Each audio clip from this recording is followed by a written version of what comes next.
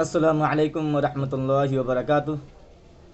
الحمد للہ الذی ہدانا لہذا وما كنا لنهتدی لولا ان ہدانا اللہ والصلاة والسلام علی رسولہ الذی ارسلہ بالحق بشیرا ونذیرا اما بعد۔ قال اللہ تعالی فی القرآن المجید اعوذ باللہ من الشیطان الرجیم بسم اللہ الرحمن الرحیم انا نحن نزلنا الذکر وانا له لحافظون۔ وقال النبی صلی اللہ علیہ وسلم ان اللہ یرفع بهذا الکتاب اقواما ویضع به آخرین۔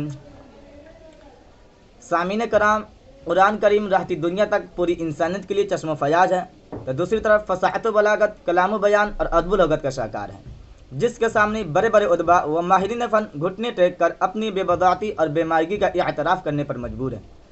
یہ اللہ کی آخری اور انقلاب آفری کتاب ہے، جسے اللہ تعالیٰ نے اپنے محبوب پیغمبر محمد صلی اللہ علیہ وسلم پر نازل فرمایا، اور دیگر آسمانی کتابوں کے برعکس اس کی حفاظت کی ذمہ داری خود لیتے ہوئے فرمایا انا نحن نزلنا الذکر وانا له لحافظون۔ قرآن مجید کو ہم نے نازل کیا ہے اور ہم خود اس کے محافظ ہیں۔ یہی وجہ ہے کہ 1400 سال پہلے جو قرآن تھا آج بھی حرف بحرف وہی قرآن ہمارے ہاتھوں میں موجود ہے۔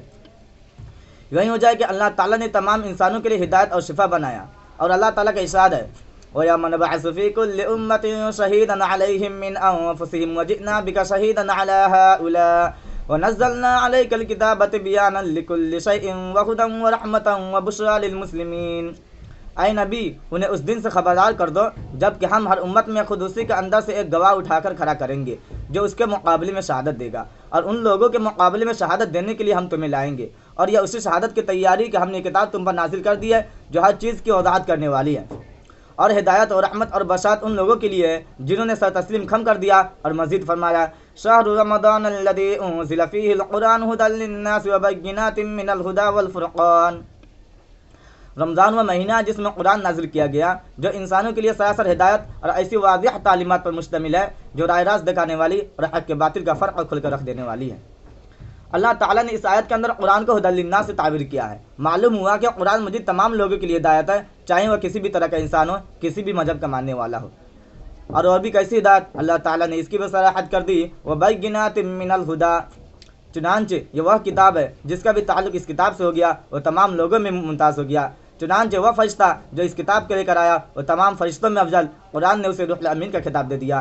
یہ قرآن جس نبی پر نازل ہوا وہ تمام نبیوں میں افضل، قرآن نے اسے وَمَا أَرْسَلْنَاكَ إِلَّا رَحْمَةً لِلْعَالَمِينَ کا خطاب دے دیا۔ یہ قرآن جس مہینے میں نازل ہوا وہ تمام مہینوں میں افضل، قرآن نے اسے شہر رمضان الذی انزل فیہ القرآن کہہ کر اس کی عظمت کی جانب اشارہ کیا۔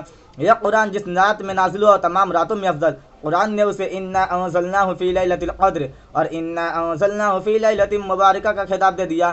یہ قرآن جس امت پر نازل ہوا تمام امتوں میں افضل، قرآن نے اسے کنتم خیر امۃ اخرجت للناس تأمرون بالمعروف وتنہون عن المنکر وتؤمنون باللہ کہہ کر اس کی عظمت کی جانب اشارہ کیا۔ لیکن افسوس زدہ افسوس کہ اتنی ساری فضیلتیں نگاہوں کے سامنے ہوتے ہوئے بھی آج مسلمانوں نے قرآن کو طاقوں کی زینت بنا دیا ہے اور قرآن کو بے فائدہ سمجھ لیا ہے، جبکہ اللہ تعالیٰ کا ارشاد ہے ان ھذا القرآن یہدی للتی ہی اقوم۔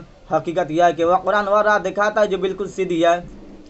قرآن کے سارے فوائد آنکھوں کے سامنے ہوتے ہوئے بھی آج مسلمانوں نے قرآن کو بے فائدہ سمجھ لیا ہے۔ حالانکہ اگر میں یہ کہوں کہ کائنات کے اندر کوئی ایسی کتاب ہے جس کے اندر واضح طور پر انسانی زندگی کا نظام اور مکمل ضابطۂ حیات موجود ہے، تو میں یہ کہنے کا حق رکھتا ہوں کہ صرف اور صرف قرآن مجید ہے۔